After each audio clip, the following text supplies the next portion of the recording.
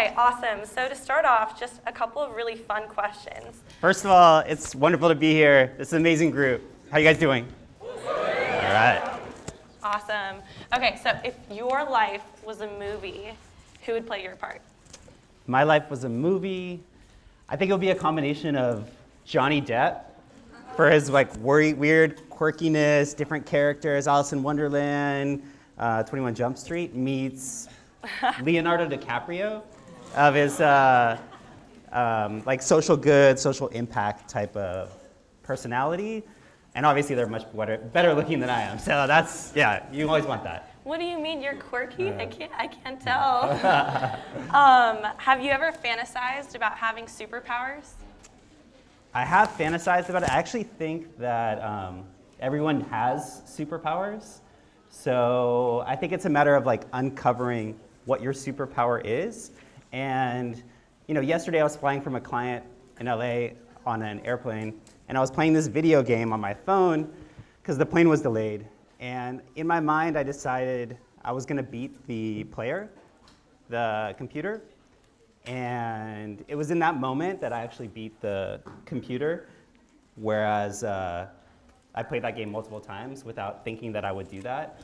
And that was the shift. So I think we all have superpowers inside of us, and it's a matter of taking the costume off, taking the glasses off, and really embracing that. Yeah, that's a really cool statement. I never thought of it that way. So going into your life, what is a life motto that you try to live by? Once you get your microphone. Sure. So a life motto that you try to apply to everyday life. So my life motto is it's really about having fun, doing good, and lighting up the world. And that's the frame that I look through for most of the things that I do in life. Yeah, light up the world. That's actually a quote that I've heard a lot when I've read about you. It seems to kind of you seem to identify with that a lot. Mm-hmm. Could you tell us a little bit about how Light Up the World has applied to some of the projects you've worked on, like Hidden Cash? Yeah, sure. So for those of you who don't know about Hidden Cash, how many people, raise their hands, heard about Hidden Cash in the past? Seen it? Okay, all right. So I'll give you the background. Hidden Cash originated when I was having dinner with a friend of mine in San Francisco. And we were driving back, it was around 1 in the morning, and a homeless person started crossing the street. And my friend rolled down his window. He just made quite a bit of money in real estate, and he's very generous. He took out a $100 bill and tried to give it to the homeless person walking across the street and honked at him to get his attention. And the homeless person looks back and scurried off and was like, I don't know what this is, get away from me. And I said, Jason, there's probably a better way to do this. And he said, what, hide money around? And I was like, yeah, we could do that. I said, well, how would we spread the word about that we're doing this? I said, well, we can create a Twitter account. Well, I don't know what Twitter is. How would we do that? I said, okay. So I took out my phone, and in the car, this is 1:30 in the morning, hazard lights are on in front of my house, and I created the Twitter account, and he said, well, when should we start hiding money? I said, well, why don't we do it right now? And that night at 2 in the morning, we went around to different locations all around San Francisco and placed little envelopes that said, with love, Hidden Cash. And we put little amounts of money, from $5, maybe $20, all around different locations, and created a fake or anonymous Gmail account that we emailed to a local blog and said, hey, we're doing this thing, we're hiding money all around San Francisco, and the concept is we're going to tweet clues for people to try to discover where this is and go on a scavenger hunt around town. And if you find the money, and you need the money, please take it and use it. And if you find the money and you don't need it, please pay it forward. Do something good for someone else. Help someone else. And just so we know that you found it, and so to let the other people know, please take a selfie of yourself with your envelope and share it on social media. And what we thought was going to be a small, pay it forward, simple concept to bring light into the world and inspire positive actions. 7 days later became a 700,000 followed account that was featured across virtually every major news publication in the world and inspired many different people to do very similar things, all organically without any paid actions. So things like that will create a spark, and if you do something good for someone, oftentimes that will have a ripple effect in society. So that's what I love to do. Yeah, I think we've all kind of heard about paying it forward, and that represents that in every sense of the term. So you're obviously very philanthropic and wanting to help the community and give back. Where did all of that start from you?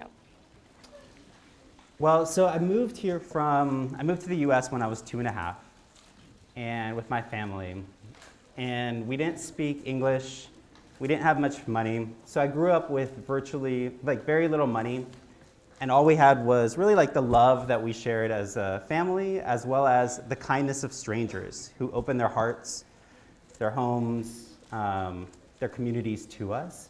So I remember when I was growing up, we would be dumpster diving for toys and things like that. Wow. And a few years later, my parents worked really hard, got jobs, we got settled, and I was probably around 12 years old, and I was in school, and the kids would make fun of me because I had the same shoes on that I had the previous year, and the previous year before that, and the previous year before that.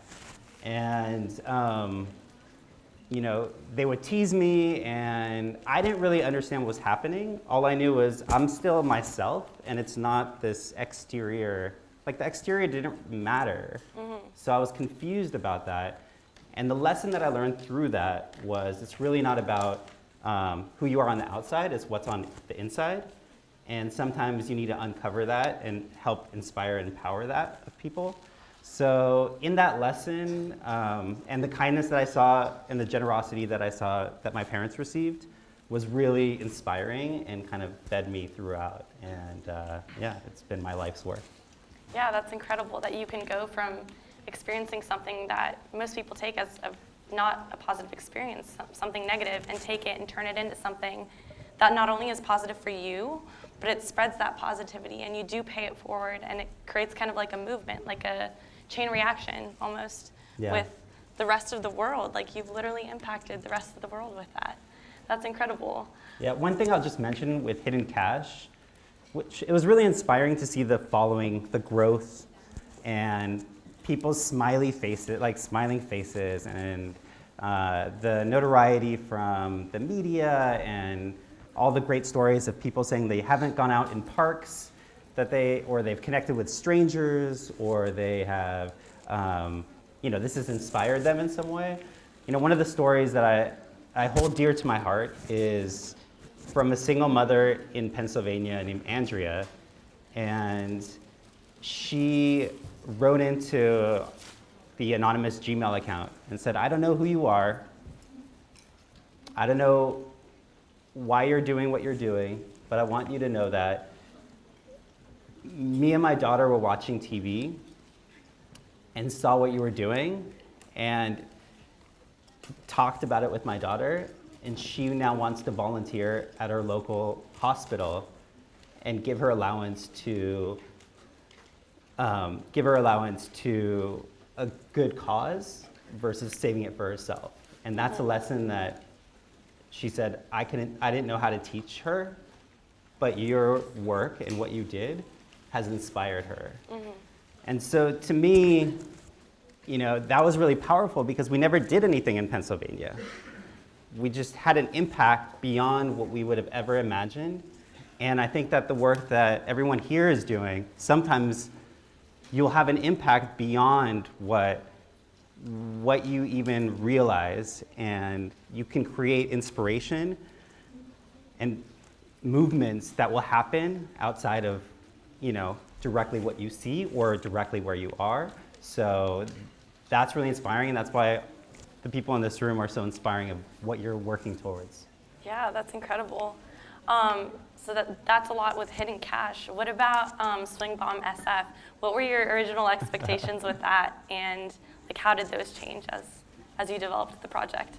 Yeah, so Swing Bomb SF was a creative project that we just ran a couple months ago with a few of us, where we overnight put up 50 swings all around San Francisco in expected and unexpected locations, like the bottom of Lombard Street and the Embarcadero and in parks. And basically the concept was, let's turn San Francisco into a real life playground, and let's give a gift to the city. So when people wake up, suddenly they're like, wait, why is there a swing hanging from this tree that's on this major road? And to get them to inspire play, inspire them to look at their city and reconnect with their city in a new way. So that was a recent project that a few of us worked on, and yeah, it was incredible because you see the smiles and you see the impact, and there's some creative ways to help create that movement. We created an Instagram account. If you go to Swing Bomb SF, you can see the photos, the user-generated photos of people sharing and people saying, oh, I've met people that, in this park, and it was, or I reconnected with the city in a new way. I kind of felt like I was missing this heart and joy. So it was, yeah, very, very inspiring, and it's also about, working with a team that can complement you. Find the people who are going to complement you in different ways. I'm not an engineer, but I had one of my friends who worked on the project, he was an engineer. So he looked at the structural integrity of how, ropes would work. And, another one was, had a little manufacturing where we cut the swings. So find those people that have a similar vision or you can partner with, because, for all of the projects and all of the work that I've done in my life, I can't think of one project that I did alone that would have ever been successful. It's really about finding those trusted allies and those conspirers that you can work together with. Yeah, and we have a very diverse group of people in this room from all over the world, from all different majors, that have been successful in working in their teams just the past 2 days. But we kind of talked about like examples of what it was like to be, someone on the business side, on the marketing side, working with engineers and like collaborating. What was that like? It was fantastic. So, a lot of these projects could never happen without the other person. So with Swing Bomb as an example, I worked with a lot of, this group of artists and creators and engineers, and I was thinking like, okay, but let's make this an event. We need this to make it actually inspire people. It's great that we'll put them up, but we need people to know about it, seek them out, and try to participate and feel like they're part of something, part of a community. So I created a Instagram account where we would share the photos, an anonymous email account. So I wrote a few people in the media that I didn't know, but just said, hey, we're doing this thing, 50 swings, coming up tomorrow. It's for, Kindness Day, basically. And, once you get one piece of PR, one piece of like media, it's a lot easier to then validate it and go to a bigger media source and say, hey, did you see like what these people are doing? And that's how it spread. And actually, like it spread, even though it was only in San Francisco currently. Media in Germany and China and a few other like international locations, as well as across the U.S., picked up the story. So it's really important to find, figure out what your strengths are, what are your zones of genius, and partner with other people that can complement that and have a vision that you're working together and a mission that you're working together on. Yeah, that's awesome. Both of those projects were started out as anonymous projects that the public didn't know that you and the group you were working with were behind it. Was there ever a point in that you almost wanted to be recognized for these projects that were exploding that everybody was talking about? Was there ever a point? So both of these projects were anonymous. There wasn't really, the momentum, the best part about doing an anonymous project is that there's no motivation, there's no ego associated to it, and it's like you let it go, and it's very empowering that this is something, it's a gift, it's something outside of yourself. And that can be done from, doing it anonymously or having a mission that's bigger than yourself, and or a vision that's bigger than yourself. So I would say that it was never a real goal for me. It was actually more, I wish it would have stayed anonymous longer, because once it became known, then like who the people were behind it, then it kind of lost a little bit of its like momentum. So yeah. So going a little bit further into that, once it became known that you were one of the people behind Hidden Cash, you retired the Twitter handle and kind of the whole idea of Hidden Cash.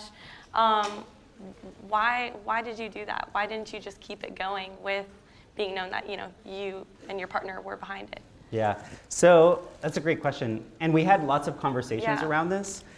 I imagine it was a hard decision to make. It was a hard decision because we had this community of 700,000 people that were excited, and constantly we got positive feedback of, this is amazing, please come to my town. I love what you're doing, you're such an inspiration. And we got to a point where, well, we had some haters, which is normal. A lot of imposters. Well, more than the imposters, haters that said, this is not true, this is not like a purely good thing, there's a brand behind it, there's some motivation, they're gonna turn this into a paid thing. And they're like, no, it's truly just, if you find the money, like it's truly a goodwill, just a gift, let's make a positive impact. So that was the origin of it. It wasn't a business entity. We didn't want to make money out of it. It was really just a creative project that we wanted to spread, and we had no idea it would spread to that extent.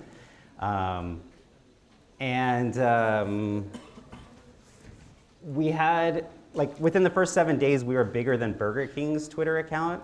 And Burger King. I think that deserves and Burger King actually reached out to us and tried to partner with us, and so did a lot of other brands and things. And we had those discussions of, do we do this because this is a sustainable model? Can we, if we do partner with brands, they can fund the small giveaways that we have. But then we thought about the people and the reason why it was such a passionate thing for us, and the whole core of the values and the origin and what our vision was and our mission and what we came to was, no, it's not going to be a business, it's not going to be a sponsored thing, it's a pay it forward movement that is going to inspire people, and if we want to keep it that. So we had lots of conversations internally around that, and at the end that's what we decided. We were going to close that chapter, put it away, remember it for what it was, but move on. Yeah, and I think that's a really important skill. I think it's something I really struggle with, is realizing when it's time to put an end to something and move on with your life. With that said, we can move on to a new topic. So with your job at Indiegogo, so you worked at Indiegogo, and that company also, it was before the whole crowdfunding idea was this big publicly known thing. But your company experienced really insane growth during the time that you were there. What was it like to be a part of that and to witness that and to be, working to create it? Yeah. So what attracted me to Indiegogo was really the mission about Indiegogo, the democratizing funding, empowering people to fund what matters to them, to bring their ideas to life. And so that's why I got involved. And even though no one really knew about Indiegogo back then, this was before Uber, before Lyft, it's 2011. And I took, my first day of work, I took a taxi to work, because there was no Uber or Lyft. And I told the taxi driver, I'm going to Indiegogo. He said, what's that? I said, it's a crowdfunding platform. What's crowdfunding? And I explained the concept of crowdfunding to him, and he slowed down his car, turned to me and said, you need to find a better job. That's never going to work. So fast forward, crowdfunding actually did some things, and we experienced insane growth. I was a part of a very small team initially. There were less than 20 of us when I started. The largest crowdfunding campaign at the time was like $6,000. So this is kind of like the frame of where that time and period. And we eventually started experiencing massive growth. And we doubled the team and doubled again and doubled again. And what happens when you double a company, so that could be from 2 to 4 people, 4 to 8 people, is everything breaks down. All of your systems, your communication, your processes, it becomes much more complicated, so things start breaking down. And we grew to almost 200 people. And the thing that saved Indiegogo to continue to move forward, especially in times of challenges, in times of really intense stress, and was that, first of all, it was very mission driven. So people believed in the vision and the mission of the company. So that was critical to, in those hard times, to really push you through, because you don't think about yourself, you're actually thinking wait, this means that Karen can have a better education. This means that Joanne could work on her product or project that she's been excited about, or this film could get made. So it's something, so the fact that it was very mission driven, and also the fact that we were very, very cognizant about the values of the company. So we had 4 values at Indiegogo: fearlessness, authenticity, collaboration, and empowerment. And everything we did was looked at through that frame. So people we hired, we said, do they exhibit these values? Projects we take on, can we exhibit these values? And those values were critical during those hard periods where things started breaking down, because we could always come back to that. It wasn't reliant on a single person and an idea. We didn't wave back and forth. It was, those were our values. This is our mission. Does it match? Does it not match? And that was the decision making, and that removes a lot of the pressure from those times. So that was critical. That got us through that. So I would say it's critical to look at the values of the types of things that you're doing, and also partner with people who have those similar values. Yeah, that's incredible. I love hearing that story. With all that success and battling all those challenges and coming through that and being there for 4 years, was there ever a point that you felt like all of the success that's happening around you, did you ever feel like an imposter? Did I ever feel like an imposter? Did you ever have the imposter syndrome? Yeah, I think anyone who has high values or high standards for themselves, that could definitely come into play. For me, I have I work on strategies that will help me with mindset and things like that to empower me and to kind of solve that. So things that work for me is, every morning in the shower, I have this micro habit, which is a tiny habit, which is I just am grateful for 3 things every morning. 2 things could be bigger, they could be about people or projects or things, and 1 is very small that I would have taken for granted. That could be running water, a roof over my head, or anything that's really small. And I think about those 3 things every morning in the shower. It was going to be a 30-day experiment. I tried it for 30 days, and it's been over 300 now. So sometimes those little experiments can continue. And that really helps me with framing my day and framing my morning, and kind of starting the day with a positive and kind of the right mindset. And if I'm very stressed or I feel that imposter syndrome coming in, I ask myself empowering questions versus disempowering questions. So disempowering questions could be, am I a fraud? Am I good enough? So those aren't very empowering. So I try to ask myself, what's great about this? What am I going to learn? What is this going to look like in 3 months from now? How have I exhibited being resourceful in times of that I didn't know what was happening, or I was stretched? When were times like that? So I try to ask myself empowering questions. And the other thing I remind myself is no one knows what they're doing.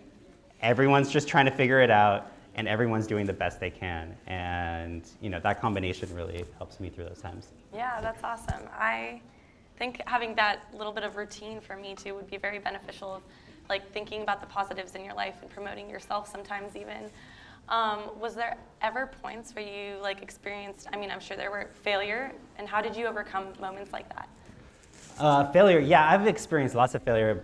So as an example, yesterday I got an email from GoDaddy, which is a domain registry where I have 32 domains that I need to renew soon that don't have websites attached to them, which to me is failure, because each one of those URLs, each one of those domain names represent a moment in time where I thought of something and I was excited by something and I didn't take action and they died. So to me, failure is not trying something and it doesn't work. Failure is inaction. It's just not moving, just not taking that first step. And when I see those domains, that like breaks my heart. And you know, in my office, I actually have a clock that says, create something today, even if it sucks. And that's something that I try to remind myself, because the perfectionist gets in the way and things like that. But you know, I just try to take action, because inaction to me is failure. Yeah. So taking all that action, having all those domains, working on so many projects, do you ever get like bored or feel burnt out? Bored, I keep myself pretty entertained. Yeah. Burnt out. So when I was at Indiegogo, and this was in the early days, I was probably working every weekend for about 9 months and working every night.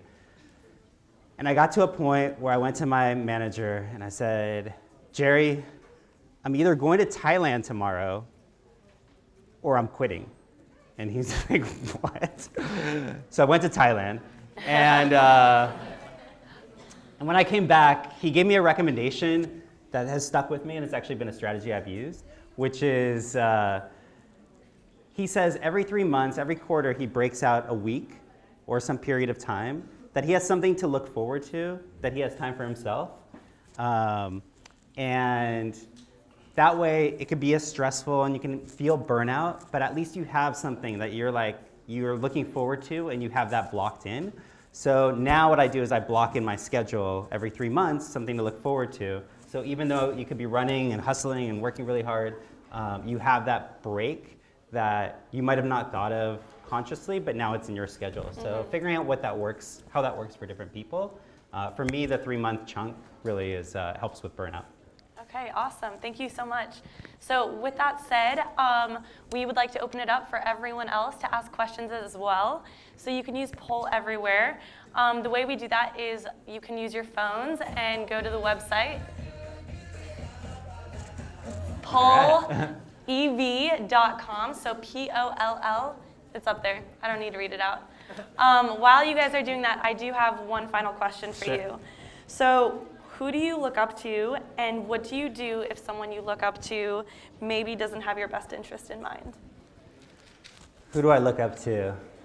Honestly, I look up to you all here, because you know, to be in your seats right now, to have that moment, to have that passion and desire, and the world is just like a canvas that you can paint, and you're making it happen, and you're participating, and you're not a passive person, but you're taking action and you're investing in something like this for yourself and for your communities and for your schools and beyond. I mean, you guys are super inspirational. So that, and the second part was, what do you do when someone you look up to doesn't have your best interest in mind?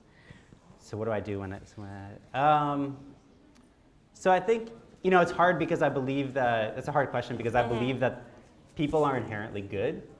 And sometimes you might not know the full story of why they're taking certain actions. So I really try to focus on what's my responsibility in that. And, you know, focusing on, without being, it's a long story, but the short of it is, I think that it's really important to own yourself and figure out how to control what's happening inside of you, because it's hard to control what's happening around you sometimes, or the way people are going to act. But if you're able to focus on what's inside of you and really be in control of that, suddenly the world around you shifts. Right. So I think that's really important.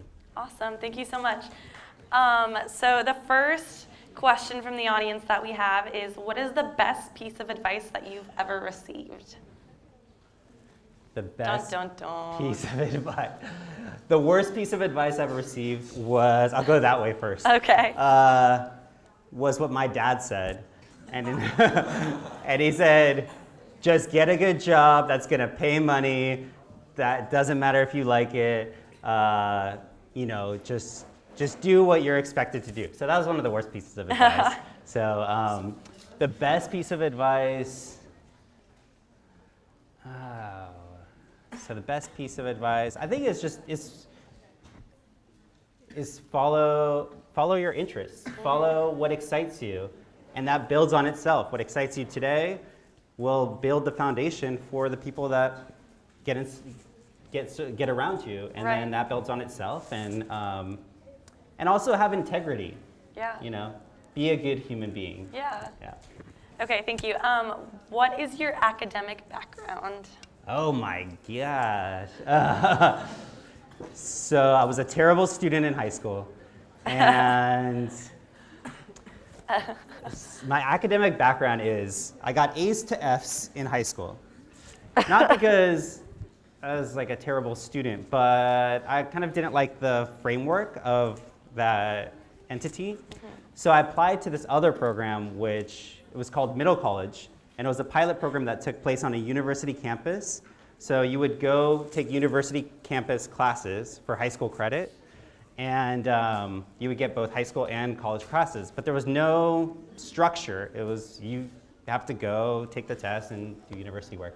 So by the time I graduated high school, even though I was like an A to F student, I actually graduated high school with 2 years of college credits by the time I graduated high school. I went to San Francisco State, and yeah. And I studied abroad in the Netherlands and in Spain, Wow. did international business and marketing. Yes!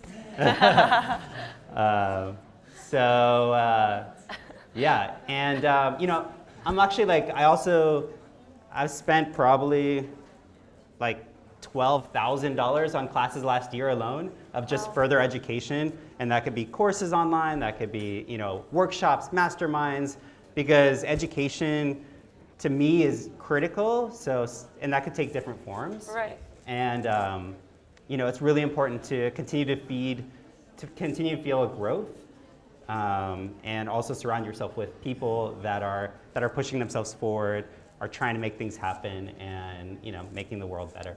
Yeah, that's awesome advice. So this question has a lot of interest, more than like half of the next best question. Your LinkedIn says God developed a Facebook message bot for good. Can you elaborate? I can. So I'm working on this Facebook Messenger bot called Daily Hype Machine, which there's a saying called being someone's hype man, like Flavor Flav, like you're the best, you're the best. Yeah. So essentially, I'm working on, in my spare time with a friend of mine, working on a Facebook bot that will essentially do that individually for people to start their mornings, to get them going, to essentially like hype them up every day. That's so awesome. Stay tuned. We did a little bit of that yesterday at Google, didn't we? What activity did we do, you guys? Rock, paper, scissors, yeah. So the next question is, what is a good book recommendation? What's a good book recommendation? Yeah. So one of the most powerful books I've ever read was Awaken the Giant Within by Anthony Robbins. And the reason, there are a lot of business books out there that I think are great. I think that it's critical to take control of your own actions and mindset, and that book really like captures that. So Awaken the Giant Within by Tony Robbins. Man's Search for Meaning is great. There's Principles by Ray Dalio is great as well. Yeah, awesome, thank you. I will definitely be adding those to my list. What is the biggest failure that you have ever had, and what did you learn from it? The biggest? The biggest. Wow. Biggest failure. Well, my domain names are pretty big. Yeah. In my personal perspective, the biggest failure. One of the biggest. One of the biggest. Well, I view failure as inaction, so I think. Well, that's a great point. You view failure as inaction. Yeah. So not taking an opportunity or not going forward is a big failure for you. Yeah, exactly. Could you elaborate more on that a little bit? Sure. So, I mean, there are a lot of projects and businesses and concepts that I've thought of. I actually last year wanted to launch a coaching practice, practice that will take people through how to make a positive impact in the world, how to grow their projects, like marketing secrets, and making a positive impact in the world. And it's been sitting on the shelf. So to me, it's still itching in my brain of you need to do that, you need to do that, you need to do that. And for me, what I've realized is when inspiration strikes and when you feel it in your body, you can see it, you can have it in your head, but when you feel it in your body, take action in that moment, take the first step, make the date, contact someone, do something that moves that into momentum, because that's critical. Because you can overthink things till the nth degree and have the perfect plan. But if it's not in your body, and when you feel it in your body, that's the moment to act. Yeah, that's really good advice. Do you ever so the way you've put it is not taking those opportunities when you have those opportunities is like the biggest mistake you can make. Yeah. Do you ever have those mistakes that you regret, other than the what are they called? Domain names. The domain names, those things. Do I have mistakes that I regret? Yeah, like anything that you had this opportunity in the past that you didn't take and now you regret it. Yeah, I mean, there's tons of them, but I think that, starting a business with one of my friends a few years ago was one of them. And there's tons of projects that live in a graveyard of my mind. Yeah. Because, The very back. What is your mission moving forward? My mission moving forward is to have fun, because I think that's critical for all of us. To make an impact and actually inspire others to pursue what they're interested in, regardless of if it makes sense right now or not. That's awesome. So with that, someone was curious about what is the best advice that you've received until now about self-love? The best advice I've received until now about self-love. Or what is good advice that you have for everyone else about self-love? Well, I think it's really important. I think it's important. I think each of us are individual. Like each of us have different needs and wants, and things that feed us. And there's not one right answer for everyone. Like for an example, I was told to have inbox 0, that was the right way to go. Have 0 emails in my inbox for most of my career. And at the point where I just said, I'm giving up on this, now I have 25,000 in my inbox, I think. But it works for me. I use the search, I use other tools and techniques. So, but I was taught and I was told that this is the right way for you to act. And once I let go of that, it was a sense of freedom, and now I'm much more effective. So I think for self-love, I think it's critical. I think it depends person to person. Figure out what that is for yourself, what you need to do to recharge, what you need to do to feel good, and and I think that's really introspective. But also when you have those emotions in your body and you light up, that's the time you should pay attention to. Yeah, that's awesome. Someone is wondering what happened to the swings. Did you take them all down? Well, we didn't take them down. There are a few still up there in San Francisco. Some of them have been cut down by the city. So there are still a few out there. Someone else is wondering, did you hide any money on this campus? On this campus, we did do Palo Alto, but it was a while ago, so I'm not sure it's still here. What are your thoughts on the future of financing startups? The future of well, I think the future of financing startups. So coming from a background at Indiegogo, we saw a lot of crowdfunding happening, where startups would start from that, and then obviously there's all the different models. I think right now equity crowdfunding is really interesting to get people to participate in that, and also there's lots of advancements in blockchain and in tokenization. So I think that we are at a new era where people can participate in the growth and financing of startups as they used to with crowdfunding projects and films and things like that. Okay, I think we have time for one more question, last question. How do you seek out the right teammates personally? Because that's something we talked about a lot. Yeah. So the right teammates, the way that I seek them out is, do I get along with them? Do I believe they have integrity? So do they do what they say and say what they do? And do I trust them? Do I have a sense that they're going to be there? Are they there for the right reasons? If there's an alternate motivation, if we're seeing things differently, right. If like Hidden Cash, for example, if we said, I want to monetize and you want to do this, or this is like our vision. Yeah. If the visions aren't aligned, then I think that's where there's a lot of friction.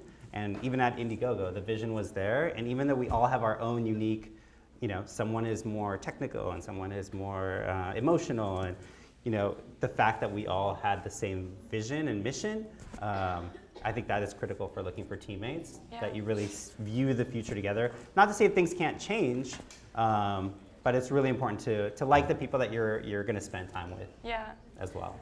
I know I said last question, but I have one more question. So everyone here is experiencing this really incredible, inspirational weekend, and we're so thankful to get to hear from you.